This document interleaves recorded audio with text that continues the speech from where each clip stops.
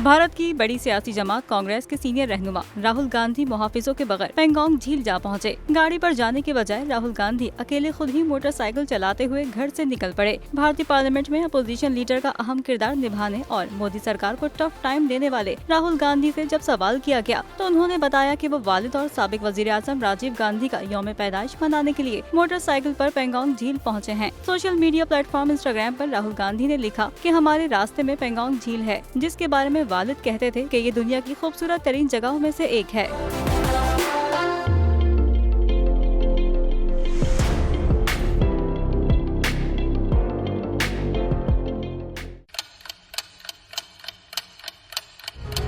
आप लोग इस मुल्क पाकिस्तान में आजाद हैं।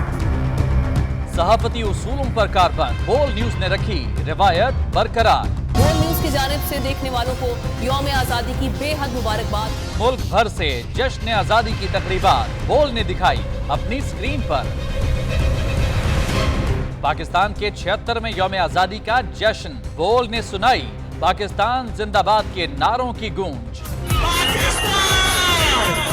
बोल की सबसे बड़ी ट्रांसमिशन में पाकिस्तान का नाम रोशन करने वालों ने दिए कौम को पैगामात। बेपनाह मुश्किलात का सामना करके इस मुल्क को हासिल किया। आज़ाद कौमों को बहुत सी कुर्बानियाँ देनी पड़ती हैं। 76 वालियों में आज़ादी का दिन जोश खरोश के साथ मनाया, क्योंकि जिंदाबाद पाकिस्तान ये है बोल की पहचान।